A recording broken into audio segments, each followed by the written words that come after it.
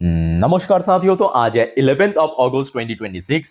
दोस्तों, जैसे कि कल रात से ही लग रहा था, एक तो जियोपॉलिटिकल अनसर्टेनिटी, ऊपर से आज निफ्टी 50 की वीकली एक्सपायरी था। तो उस हिसाब से आज पूरा का पूरा माहौल मार्केट में देखने को मिला, यानी थोड़ा सा वीक ओपनिंग होने के बाद सडन एकदम से ड्रॉप हुआ। इवन शुरू की जो 10 मिनट पे ही निफ्टी 50 24,500 जैसे क्रूशल सपोर्ट लेवल को ब्रेक करके नीचे पहुंचा, और उसके बाद 9:20 से लेके क्लोजिंग तक निफ्टी 50 बार बार 24,500 को रिक्लेम करने में स्ट्रगल किया, और अल्टीमेटली निफ्टी 50 24,500 को ब्रेक करके 24,471 पॉइंट पे क्लोजिंग दिया, लगभग 112 पॉइंट नीचे 0.46% गिरावट के साथ। बाय द वे दोस्तों, अच्छा, कल रात में जो जियोपॉलिटिकल अनसर्टेनिटी, इस बारे में ऑलरेडी आपको मैं यहाँ पे दे दिया था अपडेट कि ट्रम्प रिजेक्ट ईरान की जो डिमांड है।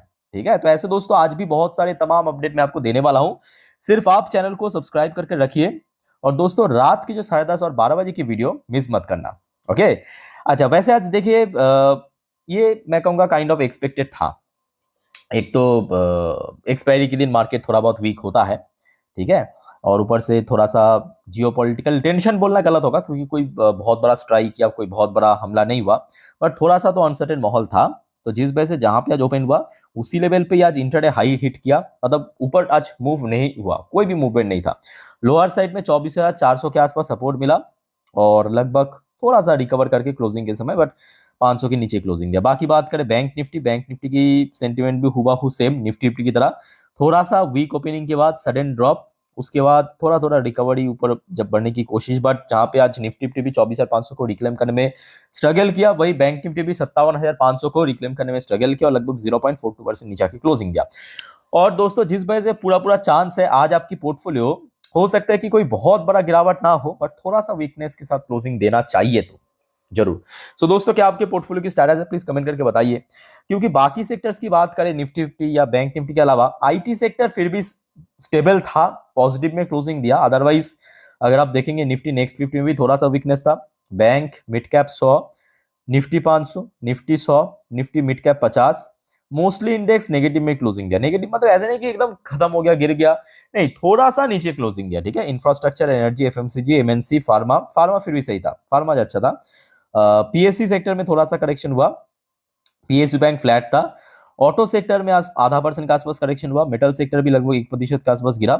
स्मॉल कैप फिर भी सही था, स्मॉल कैप 100। ओवरऑल आउटलुक मैं कहूंगा आज मार्केट थोड़ा सा बेरिश था, थोड़ा, बहुत ज्यादा नहीं, बट थोड़ा सा बेरिश जरूर था। ठीक है, आज वैसे कल रात में यूएस मार्केट भी थोड़ा सा नेगेटिव में क्लोजिंग दिया था, जहां पे डॉ जोन्स की क्लोजिंग था लगभग 0.11% नीचे, नैस्डैक कंपोजिट की क्लोजिंग था लगभग 0.32% नीचे। इवन कल रात की 12 बजे की वीडियो जब मैं रिकॉर्ड कर रहा था तब भी नीचे था, और लगभग वही डाउन साइड मूवमेंट कंटिन्यू चल रहा था। ठीक है, बट आज सुबह सुबह दोस्तों एक और फैक्टर आप देखिए, अभी जो आपको दिख रहा है ना स्क्रीन के ऊपर कि डॉ जोन्स की फ्यूचर्स ग्रीन में है, ग्रीन में है, पॉजिटिव में मैं नहीं कहूंगा क्योंकि बहुत ऊपर नहीं है, ग्रीन में है, ये वर्ड सही है।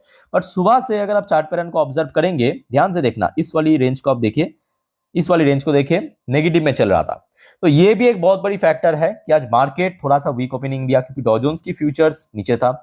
इवन अगर आप देखेंगे नैस्डैक की फ्यूचर अभी हो सकता है कि ग्रीन में है, और सुबह अगर आप देखेंगे डाउन साइड मूवमेंट चल रहा था। अभी अभी कुछ टाइम पहले आप देखिए थोड़ा सा अपसाइड मूवमेंट हमें देखने को, और फिलहाल नैस्डैक की फ्यूचर 0.33% ऊपर चल रहा है। ठीक है, तो इस बारे में आज रात की 10:30 के वीडियो में आपको मैं जानकारी दे दूंगा लास्ट डे की तरह। अच्छा, बाकी एशियन पैसिफिक मार्केट की क्या हाल है, आइए चेकआउट करते हैं। जापानीज मार्केट आज सही था, चाहे टीपीएक्स 500 से लेके टीपीएक्स 100, निक्काई की मोस्टली इंडेक्स पॉजिटिव में क्लोजिंग दिया, मतलब ग्रीन में क्लोजिंग दिया। चाइनीज मार्केट में आज थोड़ा करेक्शन हुआ। चाइनीज मार्केट में करेक्शन होने की वजह से इसका इंपैक्ट हमें मेटल स्टॉक्स में देखने को मिला आज, जिस वजह से मेटल सेक्टर भी थोड़ा सा वीक था। मोस्टली चाइनीज इंडेक्स आज नेगेटिव में क्लोजिंग दिया। हांगकांग की मार्केट आज थोड़ा बहुत वीक था, same to same. South Korean market में आज थोड़ा सा रिकवरी हुआ, बहुत ज्यादा नहीं, बट फिर भी थोड़ा बहुत रिकवर हुआ। इंडियन मार्केट को खैर आपके सामने ही। ताइवानिश मार्केट भी आज सही था। ऑस्ट्रेलियन मार्केट भी आज पॉजिटिव में था। ये खजराज बहुत पीटा है। न्यूजीलैंड के मार्केट भी वीक था इंडियन मार्केट की तरह। मलेशियन मार्केट भी थोड़ा ही वीक था। इंडोनेशियन मार्केट में आज काफी गिरावट हुआ। सिंगापुर मार्केट रिकवर किया। थाई मार्केट में आज थोड़ा सा वीकनेस देखने को मिला। यानी कुल मिला के बात करें, कुछ जगह की मार्केट रिकवर भी किया, जैसे कि साउथ कोरिया, जापान, या कुछ जगह की मार्केट में थोड़ा सा करेक्शन भी हुआ, जैसे कि चाइना, जैसे कि हांगकांग, जैसे कि इंडिया। ठीक है, अच्छा, क्रूड ऑयल की अगर हम बात करें तो दोस्तों यहाँ पे आपको एक चीज समझने की आवश्यकता है। अभी जो आपको दिख रहा है रियल टाइम डेटा आप देख सकते हो, मतलब ये शाम की अपडेट है, 4:51 कहाँ पे आपको दिख रहा है क्रूड ऑयल $87.47 पर बैरल, लगभग 0.28% नीचे। और दोस्तों क्या आपको पता है कि आज सुबह ऑलमोस्ट $89 की रेंज में पहुंच गया था, मतलब पॉजिटिव में था। इवन जब मैं मेरे इंस्टाग्राम स्टोरी में शेयर भी किया था आप लोगों के साथ, तब भी आप आई थिंक कि देखे कि पॉजिटिव में चल रहा था, ठीक है। सो वही जियोपॉलिटिकल अनसर्टेनिटी के कारण क्रूड ऑयल में थोड़ा स्पाइक हुआ था, बट अभी फिलहाल थोड़ा सा नीचे चल रहा है, ठीक है। तो ये भी एक वजह है कि जो सुबह सुबह क्रूड ऑयल की प्राइस थोड़ा सा जम कर गया था। अच्छा, वैसे गोल्ड के अंदर एक अच्छा रिकवरी हो रहा है। गोल्ड देखते देखते लगभग $4,500 पर आउंस पे पहुंच चुका है। दूसरी तरफ सिल्वर में भी बहुत शानदार रिकवरी, कल रात से रिकवर हो रहा था। सिल्वर अभी लगभग $65 पर आउंस को ऑलरेडी क्रॉस कर चुके हैं। अच्छा, इंडियन करेंसी की वैल्यूएशन में भी कोई बहुत बड़ा चेंजेस हमें देखने को नहीं मिला। पिछले 2-3 दिनों से लगभग उसी रेंज के आसपास चल रहा है जहां पे था 95.34 इंडियन रूपी $1 के अगेंस्ट में, ठीक है। तो इस प्रकार की माहौल हमें सुबह से देखने को मिला, अलग अलग इंडेक्स में, अलग अलग जोन पे, अलग अलग सेक्टर्स में। अब चलिए दोस्तों कुछ न्यू जियोपॉलिटिकल अपडेट मैं आपके साथ एक्सप्लेन करता हूं। बट सबसे पहले दोस्तों एक और बात, जैसे कि हर रोज दोस्तों आपको मैं इस चैनल के थ्रू 5-6 वीडियो दे देता हूं, पर उसके साथ साथ अगर आपको पोर्टफोलियो रिव्यू, स्टॉक सजेशंस या आपकी जो वैल्यूएबल कमेंट की क्वेश्चन आते हैं उसका मैं रिप्लाई करूं, इस प्रकार की फैसिलिटी चाहिए, जरूर दोस्तों इस चैनल पे विजिट करके यहाँ पे जो ज्वाइन बटन है इसको प्रेस करके मेंबरशिप जरूर ले लेना। जो शुरुआत होता है ओनली 59 रुपीज से, आई थिंक ये हर कोई अफोर्ड कर सकता है। और स्पेशली अगर आपको पोर्टफोलियो रिव्यू करना है तो उसके लिए आपको प्लैटिनम कार्ड जरूर लेना, ठीक है। और जितने भी हमारे प्लैटिनम कार्ड के मेंबर्स, उनके लिए मैं कहूंगा एक बार कम्युनिटी पोस्ट चेकआउट कर लेना। वहां पे पोर्टफोलियो रिव्यू का जो प्रोसेस है ऑलरेडी मैं दे चुका हूं आप लोगों को, ठीक है। जरूर मुझे मेल कर देना। अच्छा, सबसे पहले चलिए मनी कंट्रोल की वेबसाइट में चेकआउट करते हैं कि यहाँ पे क्या मेंशन किया कि क्यों आज मार्केट सडन, मतलब एकदम शुरू होते ही थोड़ा सा नीचे पहुंच गया। देखिए सबसे पहला की फैक्टर जो ऑलरेडी आपको मैं कह चुका हूँ, राइजिंग क्रूड प्राइस, और ये सच है। अभी जो आपको दिख रहा है ना 87 समथिंग, सुबह से 88-89 प्लस में चल रहा था, ओके। अच्छा, सेकेंड जो पॉइंट यहाँ पे मेंशन किया, second factor weak global cues, सुबह से हाँ चाइनीज मार्केट वगैरह ये तो वीक था ही, हांगकांग की मार्केट भी थोड़ा वीक था, अभी हमने देखा, और कहीं ना कहीं इंडियन मार्केट में भी उसका इंपैक्ट देखने को मिला। जियोपॉलिटिकल कंसर्न, तो यहाँ पे आप देखना, यहाँ पे जो वर्ड यूज किया जियोपॉलिटिकल कंसर्न, मतलब टेंशन नहीं, जियोपॉलिटिकल कंसर्न मतलब थोड़ा सा अनसर्टेन माहौल। जो ईरान की डिमांड था, ट्रम्प ने उसको आके सीधा सीधा रिजेक्ट कर दिया, जो ऑलरेडी आपको मैं कल रात की 12 बजे की वीडियो में दे चुका हूँ, ठीक है। वीक रुपीज ने, ये सही नहीं है क्योंकि रुपी तो वीक नहीं था। Selling in financial stock, Nifty bank, मतलब bank Nifty financial service sector में थोड़ा सा सेल ऑफ देखने को मिला। ऑब्वियसली आज एक्सपायरी था, ये भी एक वजह है।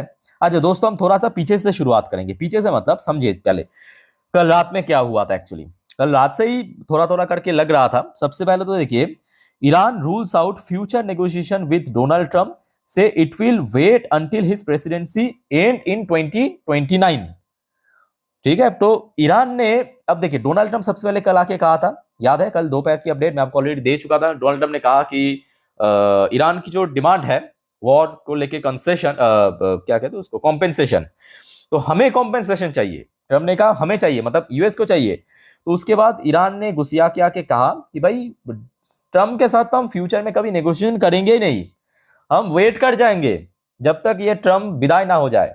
ट्रम्प, क्योंकि ट्रम्प जो यूएस में अगला प्रेसिडेंशियल इलेक्शन है वो 2029 पे है, भारत में भी है यूएस में भी है, सेम कैलेंडर ईयर पे, ठीक है। तो ईरान ने बेसिकली यही कहा कि ट्रम्प रहते रहते हम कभी और नेगोशिएशन नहीं करेंगे, 2029 तक हम वेट करेंगे, उसके बाद देखा जाएगा जो होगा, हम लोगों को कोई दिक्कत नहीं है। तो इसके बाद इस कल रात से माहौल थोड़ा थोड़ा करके बिगड़ रहा था, और फिर ट्रम्प ने भी आके कुछ कह सकते हो कि ऐसा स्टेटमेंट दिया है।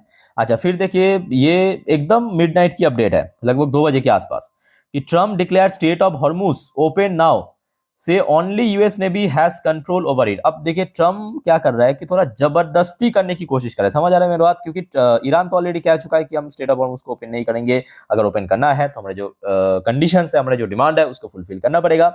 अब डोनाल्ड ट्रम्प ऑफिशियली आके स्टेटमेंट दिया कि देखिए US president Donald Trump on Monday, मतलब कल एकदम मिडनाइट पे, यूएस के हिसाब से मंडे, हमारे यहाँ पे तो ऑब्वियसली उस टाइम पे ट्यूसडे हो गया था, मंगलवार हो गया था। तो ट्रम्प ने आके कहा कि देखिए that state of Hormuz is open, कि state of Hormuz totally open है। He further said that the only one who has control over the strait the US navy, तो स्ट्रेट ऑफ हॉर्मुज को सिर्फ यूएस नेवी कंट्रोल कर सकते हैं, that has created a blockade and is allowing who they want to pass through it. और मतलब US navy की blockade है और यूएस नेवी डिसाइड करेगा स्ट्रेट ऑफ हॉर्मुज से कौन गुजरेगा, कौन जा सकता है, ठीक है। तो ये काइंड ऑफ कह सकते हो कि जबरदस्ती एक स्टेटमेंट दिया है कि हाँ हमारे कंट्रोल पे है, बट अल्टीमेटली सबको पता है कि वहां पे सीन कैसा है। वहां पे हाँ ये फैक्ट है कि यूएस की ब्लॉकेड है, और दूसरी तरफ ये भी फैक्ट है ईरान का भी नवल ब्लॉकेड है। तो एक कैओटिक माहौल वहां पे क्रिएट हुआ है, तो जिस वजह से जो कमर्शियल शिप्स है उस रोड को बाईपास करा है, ठीक है। तो जिस वजह से ऑयल प्राइस सुबह सुबह सडन स्पाइक कर गया था, पर उसके बाद देखिए अभी थोड़ा सा वीक भी, मतलब ऑयल प्राइस में थोड़ा सा ड्रॉप भी देखने को मिला। खैर अब देखिए ये भी बात सही है कि देखिए अभी तक कोई बहुत बड़ा स्ट्राइक या कोई बहुत बड़ा अटैक नहीं हुआ, तो जब तक ऐसा कुछ नहीं हो रहा है तो आई थिंक कि देखिए आज अभी तो पता नहीं है कि एफएस की आज खरीदारी हुआ या नहीं हुआ, वो शाम पे जब डेटा आउट होगा एक्सचेंज द्वारा तब पता चलेगा। लेट्स सी क्या होता है। अगर एफएस की फ्लो दोस्तों कंटिन्यू होते हैं तो आज जो निफ्टी 50 24,500 को ब्रेक करके ठीक 29-30 पॉइंट नीचे क्लोजिंग दिया, उसको रिकवर आराम से कर जाएगा, क्योंकि आज एक्सपायरी था तो इमीडिएटली रिकवर करना थोड़ा टफ हो रहा था, बट कर जाएगा, डोंट वरी, ठीक है। सो आगे अपडेट लेते रहिए, देखते हैं कि आगे जो भी कुछ अपडेट होगा, मतलब जो भी कुछ जानकारी मिलेगा जरूर आपको मैं एक्सप्लेन कर दूंगा, शेयर कर दूंगा। बस आप चैनल को सब्सक्राइब करके रखिए। फर्दर दोस्तों आपका कोई क्वेरीज है या कोई कंफ्यूजन है जरूर कमेंट बॉक्स में कमेंट करके पूछिए। सो वाइंड अप करता हूँ वीडियो को। टेक केयर, बाय बाय, जय हिंद।